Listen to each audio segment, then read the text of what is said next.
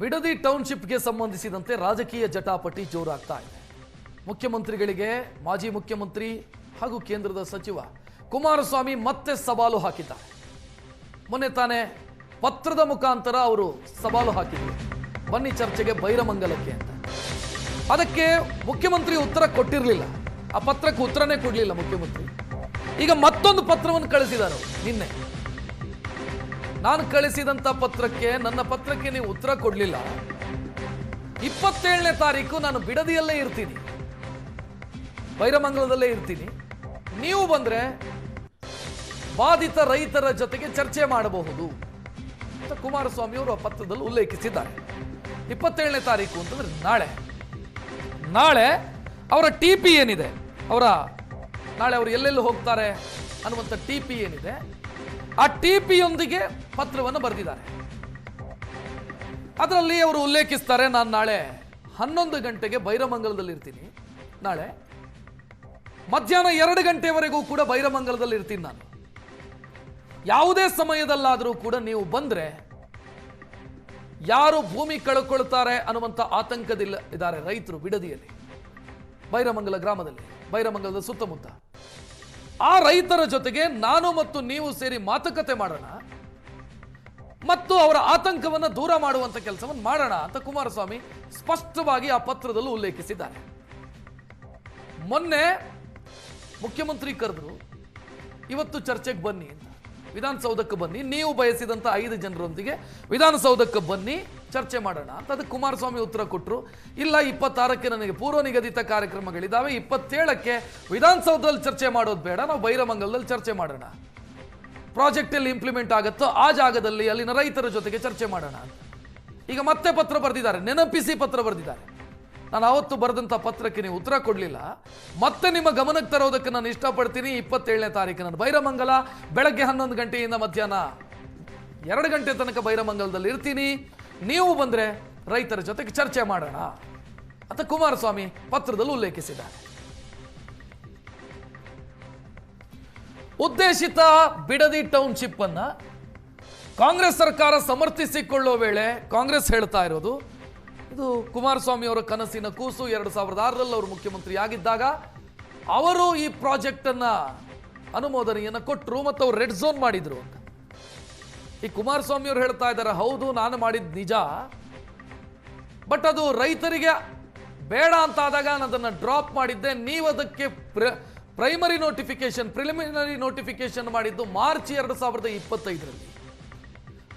518 ಎಕರೆ final notification ಆಗಿದೆ, ನೀವು ಮಾಡಿರೋದು.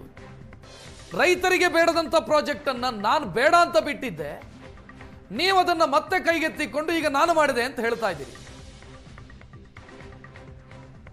ಈಗ ನಾವು ಚರ್ಚೆ ಮಾಡೋಣ, ರೈತರಿಗಿರುವಂತಹ ಆತಂಕದ ಬಗ್ಗೆ ರೈತರೊಂದಿಗೆ ಚರ್ಚೆ ಮಾಡೋಣ ಅಂತ ಕುಮಾರಸ್ವಾಮಿ ಅವರು ಕೇಳ್ತಾ ಇರೋದು. ಬಟ್ ಸರ್ಕಾರದಿಂದ ಇದಕ್ಕೆ ಯಾವುದೇ ಉತ್ತರ ಬರ್ತಾ ಇಲ್ಲ. ಮುಖ್ಯಮಂತ್ರಿ ಉತ್ತರ ಕೊಡಲಿಲ್ಲ. ಮುಖ್ಯಮಂತ್ರಿ ಆಪ್ತ ಶಾಸಕ ಮಾಗಡಿ ಬಾಲಕೃಷ್ಣ ಮಾತನಾಡಿದ್ರು, ಚರ್ಚೆ ಮಾಡೋಣ ಸರಿ, ವಿಧಾನಸೌಧದಲ್ಲೇ ಆಗಲಿ, ಬೈರಮಂಗಲದಲ್ಲಿ ಮಾಡಿದರೆ ಲಾ ಅಂಡ್ ಆರ್ಡರ್ ಸಮಸ್ಯೆ ಆಗುತ್ತೆ ಅಂತ ಜನ ಸೇರ್ತಾರೆ.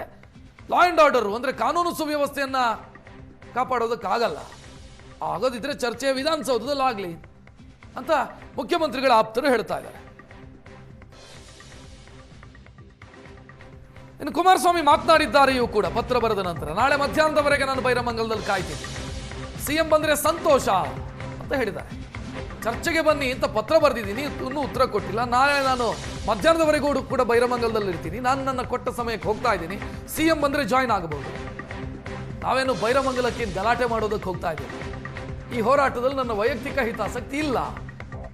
ರೈತರು ಭೂಮಿ ಕೊಡೋದಕ್ಕೆ ಒಪ್ಪಿದ್ರೆ ನನ್ನ ತಕರಾರಿಲ್ಲ, ಬಲವಂತವಾಗಿ ಒಕ್ಕಲೆಬ್ಬಿಸಿದ್ರೆ ಅದು ಸರಿಯಲ್ಲ ಅಂತ ಕುಮಾರಸ್ವಾಮಿ ಮಾತನಾಡಿದ್ದಾರೆ.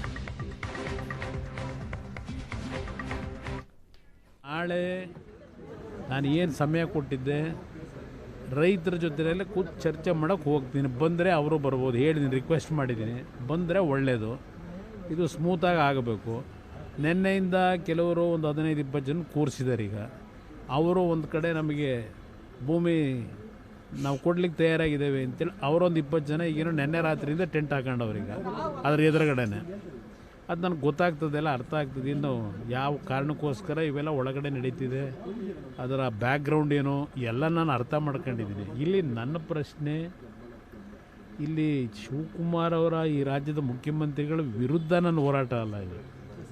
ಇಲ್ಲಿ ರೈತರು ಒಂದು ಬಾರಿ ನನ್ನ ಹತ್ರ ಬಂದು ರಿಕ್ವೆಸ್ಟ್ ಏನು ಮಾಡಿದ್ರು, ಈಗ ಒಂದು 7 ತಿಂಗಳಿದ್ದೆ, ಅದರ ಆಧಾರದ ಮೇಲೆ ರೈತರು ನಾವು ಭೂಮಿ ಕೊಡ್ಲಿಕ್ಕೆ ತಯಾರಾಗಿಲ್ಲ ಅನ್ನೋದು ಮೆಜಾರಿಟಿ ಒಪಿನಿಯನ್ ಏನಿದೆ.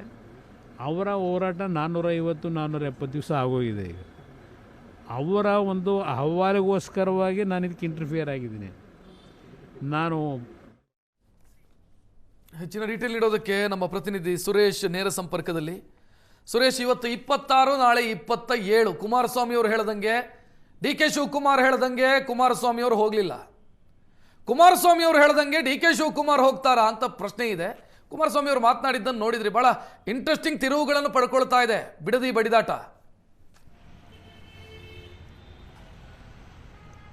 ಹೌದು ರಕ್ಷತ್, ಚರ್ಚೆಗೆ ಬನ್ನಿ ಅಂತ ಇಬ್ಬರು ಕೂಡ ಸವಾಲು ಪಾರ್ಟಿ ಸವಾಲು ಹಾಕಿದ್ದಾಯಿತು.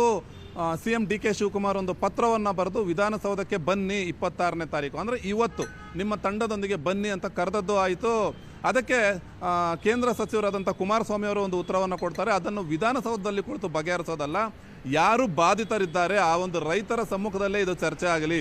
ನನಗೆ 26ನೇ ತಾರೀಕು ಪೂರ್ವ ನಿಗದಿತ ಕಾರ್ಯಕ್ರಮಗಳಿದೆ, ಹಾಗಾಗಿ 27ನೇ ತಾರೀಕು ನಾನು ಬೈರಮಂಗಲಕ್ಕೆ ಬರ್ತೇನೆ, ಅಲ್ಲಿ ರೈತರ ಜೊತೆಗೆ ಚರ್ಚೆ ಮಾಡೋಣ ಬನ್ನಿ ಅನ್ನುವಂಥ ಒಂದು ಪತ್ರವನ್ನು ಕೂಡ ಬರೆದಿದ್ರು. ಅದಕ್ಕೆ CM ಕಡೆಯಿಂದ ಯಾವುದೇ ಉತ್ತರವನ್ನು ಬರಲಿಲ್ಲ. ಅದನ್ನು ನೆನಪಿಸಿ ಮತ್ತೊಂದು ಪತ್ರವನ್ನು ಕುಮಾರಸ್ವಾಮಿ ಅವರು ನಿನ್ನೆ CMಗೆ ಬರೆದಿದ್ದಾರೆ. ಅದರ ಜೊತೆಯಲ್ಲಿ ತಮ್ಮ ವೇಳಾಪಟ್ಟಿಯನ್ನು ಕೂಡ ಲಗತ್ತಿಸಿದ್ದಾರೆ. ಅಂದರೆ ನಾನು ಬೈರಮಂಗಲಕ್ಕೆ ನಾಳೆ ಹೋಗ್ತಾ ಇದ್ದೀನಿ, ತಾವು ಬನ್ನಿ ಅಂತ.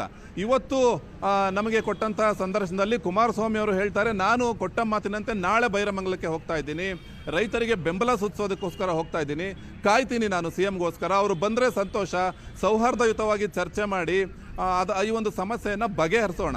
ಒಂದು ವೇಳೆ ರೈತರು ಸಂತೋಷವಾಗಿ ಭೂಮಿಯನ್ನು ಕೊಟ್ಟರೆ ಸ್ವಾಗತ, ನಾವೇನು ಅದನ್ನು ಒತ್ತಾಯಪೂರ್ವಕವಾಗಿ ಹೇಳ್ತಾ ಇಲ್ಲ, ಅದನ್ನು ಬಲವಂತವಾಗಿ ಕಸಿದುಕೊಳ್ಳುವಂಥ ಪ್ರಕ್ರಿಯೆಗಳು ಆಗಬಾರ್ದು. ಹಾಗಾಗಿ ರೈತರು ಕೇಳಿದ ಕಾರಣಕ್ಕೆ ನಾವು ಬೆಂಬಲವನ್ನು ಕೊಡ್ತಾ ಇದ್ದೇವೆ. ರೈತರು ಸಂತೋಷದಿಂದ ಭೂಮಿ ಕೊಟ್ಟರೆ ಸಂತೋಷ, ಒಂದು ವೇಳೆ ಒತ್ತಾಯಪೂರ್ವಕವಾಗಿ ಕಸಿದುಕೊಂಡ್ರೆ ಅದಕ್ಕೆ ನಮ್ಮ ಬೆಂಬಲ ಇಲ್ಲ. ನಾನು ರೈತರ ಜೊತೆಯಲ್ಲಿ ನಿಲ್ತೀನಿ ಮತ್ತು ನಾನು ಕೊಟ್ಟ ಮಾತಿನಂತೆ ನಾಳೆ ಬೈರಮಂಗಲಕ್ಕೆ ಹೋಗ್ತೀನಿ, ಅಲ್ಲಿ CM ಬಂದರೆ ಸಂತೋಷ, ನಾವು ಚರ್ಚೆ ಮಾಡೋಣ ಅನ್ನುವಂಥ ಒಂದು ಹೇಳಿಕೆಯನ್ನು ಕುಮಾರಸ್ವಾಮಿ ಅವರು ಕೊಟ್ಟಿರುವಂಥದ್ದು. ಇದರಲ್ಲಿ ಯಾವುದೇ ಕಾರಣಕ್ಕೂ ನನ್ನ ವೈಯಕ್ತಿಕ ಹಿತಾಸಕ್ತಿ ಇಲ್ಲ. ರೈತರು ಮಾಡ್ತಾ ಇರುವಂಥ ಹೋರಾಟಕ್ಕೆ ನಾವು ನಮ್ಮ ಪಕ್ಷದ ಪರವಾಗಿ ಬೆಂಬಲವನ್ನು ಕೊಡ್ತಾ ಇದ್ದೀವಿ. ಹಾಗಾಗಿಯೇ CMಗೆ ಪತ್ರವನ್ನು ಬರೆದಿದ್ದೆ, ಅವರಿಂದ ಯಾವುದೇ ಉತ್ತರ ಬಂದಿಲ್ಲ. ಹಾಗಾಗಿ ನಾನು ಮತ್ತೊಮ್ಮೆ ಅವರಿಗೆ ಪತ್ರವನ್ನು ಬರೆದು ನೆನಪು ಮಾಡಿದ್ದೇನೆ. ಒಂದು ವೇಳೆ ಬಂದರೆ ನಾನು ನಾಳೆ ಮಧ್ಯಾಹ್ನದವರೆಗೂ ಅದೇ ಜಾಗದಲ್ಲಿ ಇರ್ತೇನೆ, CM ಬಂದರೆ ಸಂತೋಷ ಅನ್ನುವಂಥ ಮಾತನ್ನು ಹೇಳಿದ್ದಾರೆ. CM ಹೇಳಿದಂಥ ಮಾತಿಗೆ ಕುಮಾರಸ್ವಾಮಿ ಅವರಂತೂ ಬರಲಿಲ್ಲ. ಕುಮಾರಸ್ವಾಮಿ ಅವರು ಕೊಟ್ಟ ಪತ್ರಕ್ಕೆ CM ಕಡೆಯಿಂದ ಉತ್ತರ ಕೂಡ ಬಂದಿಲ್ಲ. ಅದನ್ನು ನೆನಪಿಸಿ 2ನೇ ಪತ್ರ ಬರೆದಿದ್ದಾರೆ. ಇದೀಗ ನಾಳೆ ಬೈರಮಂಗಲಕ್ಕೆ ಹೋಗೋದಾಗಿ ಹೇಳಿಕೆಯನ್ನು ಕೂಡ ಕೊಟ್ಟಿದ್ದಾರೆ. ಈಗ CM ಏನು ಮಾಡ್ತಾರೆ ಅನ್ನುವಂಥದ್ದನ್ನು ಕಾದು ನೋಡಬೇಕಾಗಿದೆ. ರಕ್ಷತ್, ಥ್ಯಾಂಕ್ ಯು ಸುರೇಶ್ ಮಾಹಿತಿಗೆ. ಅಲ್ಲಿಗೆ ಬಿಡದಿಯ ಉದ್ದೇಶಿತ ಟೌನ್ಶಿಪ್ನ ವಿಚಾರ, ರಾಜಕೀಯ ಜಟಾಪಟಿ ಈ ಹಂತಕ್ಕೆ ಬಂದು ತಲುಪಿದೆ. ಈಗ ಮುಖ್ಯಮಂತ್ರಿಗಳು ಆ ನಂತರ ಉತ್ತರ ಕೊಡಲೇ ಇಲ್ಲ. ಪತ್ರವೊಂದು ಬರೆದರೂ ಬಿಟ್ಟರೆ ಮುಖ್ಯಮಂತ್ರಿಗಳ ಕಡೆಯಿಂದ ಯಾವುದೇ ಉತ್ತರ ಬರಲಿಲ್ಲ. ಮಾತನಾಡ್ತೀನಿ ಮುಂದಕ್ಕೆ ಅನ್ನೋದಷ್ಟೇ ಮುಖ್ಯಮಂತ್ರಿಗಳ ಉತ್ತರ. 518 ಎಕರೆ ಫೈನಲ್ ನೋಟಿಫಿಕೇಶನ್ ಆಗಿ ಸದ್ಯ ಚೆಕ್ ವಿತರಣೆಯನ್ನ ಕೂಡ ಮಾಡಲಾಗ್ತಾ ಇದೆ. ಮೊದಲ ಹಂತದಲ್ಲಿ ಚೆಕ್ ವಿತರಣೆಯನ್ನ ಶಾಸಕರು ಮಾಡಿದ್ರು, ಒಂದು 6-7 ಜನರಿಗೆ ಚೆಕ್ ಕೊಟ್ಟರು, ಯಾರು ಭೂಮಿ ಕಳ್ಕೊಳ್ತಾರೋ ರೈತರಿಗೆ. ನಿನ್ನೆ ಈ ಪ್ರಾಜೆಕ್ಟ್ನ ಅಧ್ಯಕ್ಷರು, ಅಂದರೆ ಬಿಡದಿ ಟೌನ್ಶಿಪ್ನ ಅಧ್ಯಕ್ಷರು, ಅವರು ಒಂದಿಷ್ಟು ಚೆಕ್ಗಳನ್ನು ವಿತರಣೆ ಮಾಡಿದ್ದಾರೆ. ಕೆಲ ರೈತರು ಚೆಕ್ಗಳನ್ನು ಪಡ್ಕೊಂಡಿದ್ದಾರೆ. ಸದ್ಯ ರೈತರ ಹೋರಾಟ ಇದೇ ರೀತಿ ಇರುತ್ತಾ, ಅವರಲ್ಲಿ ಒಗ್ಗಟ್ಟು ಕಾಣಿಸ್ಕೊಳ್ಳುತ್ತಾ, ಎಲ್ಲ ಪ್ರಶ್ನೆಗಳಿದ್ದಾವೆ.